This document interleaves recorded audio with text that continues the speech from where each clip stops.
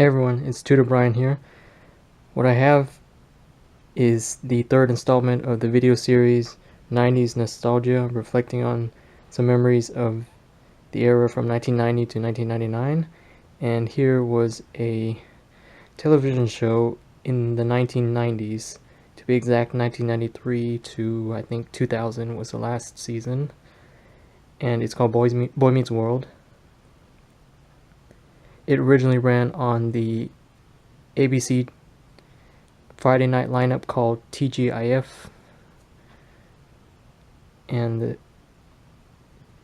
it was kind of a family tradition to watch the Friday night lineup TGIF every Friday night, and this was one of the popular shows on it. And this is a family-oriented comedy slash drama slash moral, let's say it's like a moral ethical guide for kids growing up, and it follows the titular character Corey and his journey through his adolescence all the way into his adulthood. As you can see, getting married. Hope that doesn't spoil anything, but it's not really that big a deal. And one of the things I really like about this show is it's a comedy that has just the right amount of drama and tension, conflict resolution to leave you satisfied with its 30-minute, or actually probably around 22-minute runtime each episode. And it's a show that it doesn't take itself too serious, but it can address some of the important issues during that age. Granted, some of the pop culture references during the show may not resonate with anybody watching it nowadays. These DVDs are purchased in 2011, 2012, so a good decade after the final episode aired on television. And it's just the right balance. It's not afraid to push the lines between comedy for comedy's sake and then over the top humor.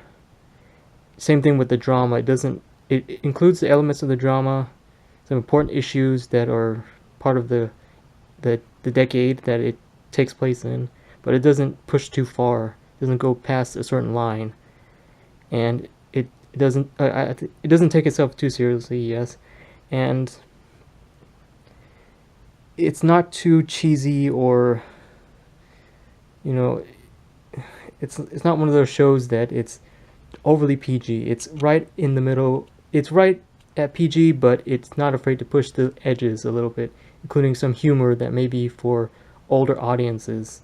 And that definitely reflects in the later seasons as it follows the titular character in his early adulthood. And there are some comedy nuggets in there, just if you watch it throughout and you see just something that just laugh out loud funny. And especially if you grew up during this time, you could understand some of the humor. And the character, it's a show that follows the character throughout his development, just like some of the other teenage dramas. It follows the teenage dramas or teenage comedies. It follows the character throughout his growth, starting from 6th grade, 7th, 8th grade, 9th grade. I think they skipped 10th grade, 11th grade, senior year of high school, and then first year of college, and then college and afterwards. And it's one of my favorite shows. My favorite seasons include season number 2 and then season number 6. Those were some of the funnier ones, and they had good stories too. But it's not a continuation arc that builds off each episode. So technically, you could watch each season standalone and still understand the story, but it just includes stuff that carries over from year to year, season to season. But it doesn't require seeing from season 1, episode 1, all the way to the end.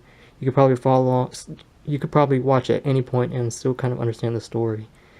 And they didn't overuse the cliffhanger thing too at the end of seasons. Probably in the later seasons they include some big cliffhangers, but in the early seasons it didn't overuse the cliffhanger. And each episode was pretty much kind of standalone. Maybe 2 episodes would go back to back, but each episode was its own story in itself, and you can enjoy those 22 minutes and feel satisfied after watching. That's one of the big things I like, is the satisfaction at the conclusion of the episode. No questions left over, nothing left hanging, and each episode was satisfying. Each season in the beginning was satisfying, and it builds off each other, but it doesn't require knowledge of each prior episode or prior season to understand and follow along the story. And anyone can enjoy this regardless of age, because you can stop if you're early adolescent, teenager. You can start watching the beginning, and then it may resonate more with you. If you're high schoolers watching these season 3, 4, 5, and it may resonate more with you. Or if you're just an adult, just start watching season 6 and 7, and then you can still enjoy it. They originally ran on ABC, TGIF, that lineup. 1 episode per week, 1 episode each Friday night, and then later on, I think the cable networks, Disney Channel and ABC Family picked them up and continue to do reruns. And as a kid, it was just something to enjoy on Friday nights. A really good show, still enjoyed 10, 15 years later, and definitely one of my favorites. That's why I have the entire series collection on DVD. What I have next are a select few scenes from the season 7 episode 12 called Family Trees. And forgive me for the quality, it's on a DVD player from the PS2 showing on a regular TV, not a flat screen, not a modern TV. It's just on the regular old TVs. And I just wanted to show a few scenes from this episode. If you piece it together, you can kind of understand the basic idea of the episode, because it's quite a bit of runtime on it. It's probably like 15 minutes out of the 22-minute episode. And what it really highlights is one of the things that I really like about the show. It's a fine balance between the funny moments, the comedy, and also some more serious moments, exploring character development and including some dramatic issues that are common for people in their early adulthood, and a few, I guess, exploration of the psyche of one of the main supporting characters, and that's Shawn Hunter, the best friend of the main character, Corey. Hey! Sorry, Angela. Tell them. There's nothing to tell. Tell us what? Nothing. I got a letter from my mom, from Verna. Have you opened it? No. Tear it up. Corey, I haven't heard from her in 3 years. Just tear it up. Hey, Shawn. Hey, Mr. Matthews. Happy birthday in 3 days, right? 46? This is what I'm talking about, people. This is a good boy. It says my mom is somewhere in Honduras. Oh, no. He opened it. And she's never coming back. There's 2 things that I wanted to highlight about this episode. First is I want to say it's kind of a demotion.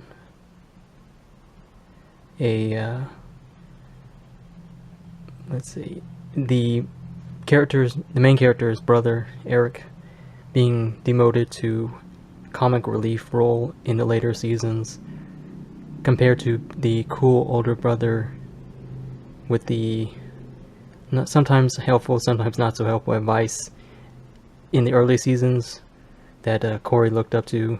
The main character had his brother that was one of the biggest influences in his life in the early seasons, and he played the cool character that was, you know, always, you know, the social butterfly, going on numerous dates, going and meeting new people, making lots of friends, being cool, popular almost. And in the later seasons, they kind of demoted that role to the primary comic relief to diffuse some of the tension in later episodes that are somewhat serious and dramatic. But in this later seasons, this character Eric is basically the main, let's say, comedy starting point, to interject a few jokes here and there to lighten the mood, and also to just have a character that's kind of a dunce or a fool character in the later seasons. But they do kind of counterbalance that to provide some more depth to the character by making him the fool, but with a heart of gold. So he's pretty much still a people person, but he's shown moments where he's kind and good-hearted, and that's his character development. But tomorrow night's not my birthday. Tomorrow night's just tomorrow night. I have a horsey coming.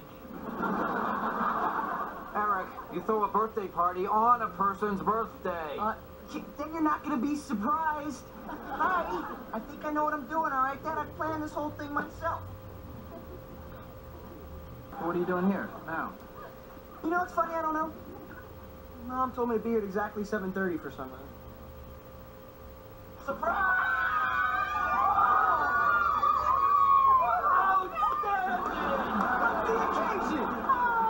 Eric, we used you as a decoy. We knew you'd be stupid, so we used it against you. It's a decoy because I'm so stupid. I am so stupid. But you know something? That's going to make my party for you tomorrow a big surprise right there. Right! The other thing I wanted to touch up on this episode was the character development of Shawn Hunter. In the early seasons, he was the best friend role, and also kind of a troublemaker in the making, and it seemed like he can go either way, good or bad, depending on whatever influenced him at the time. And his character development is shown throughout the series, as it can only take maybe a nudge here or there, and just incident here or there that could push him either toward the good side or the bad side. And he's kind of on the fence as far as being a rebel, troublemaker, and also being a good person that kind of embodies the main values that the main character Corey is trying to discover and develop through his own character development. And it just seems like, because of a handful of influences such as Corey, his parents, teachers, and other helpful adults in the series, Shawn is able to develop into a quality young man. And this episode really highlights some of the issues he may have had growing up with his own family, and how they definitely affected his behavior and character traits and the actions he does. And it's really a good episode as far as his own depth of character. He's not a flat character with pretty much a standard role, a typecast role, or a stereotypical role. He has so much more depth, and it shows in each of the seasons as they advance. Now, Dad. Yeah, well, I'm all you have, right? What? You're not my dad. I don't have a dad. I don't have a mom. I'm an orphan. I'm an old orphan. My childhood is over. And I never had any parents. Oh. I'll be your father. You'll be what? I want you to be a member of this family. Shawn? We want you to be a member of this family. Yeah, we do. You need a mom? I'm a really good mom. We got references. Yeah, she's good. She's the best I've ever had.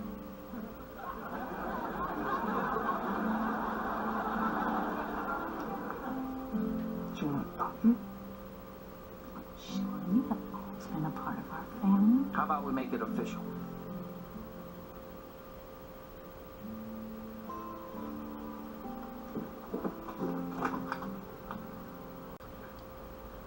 Look, come back to my house. Okay, my family offered to adopt you tonight. Do you know how great that is? You'd actually be my brother. You are my brother already. So come back to my house. There's life at my house. My family wants you there. What's waiting for you at the cemetery? My family. Mine.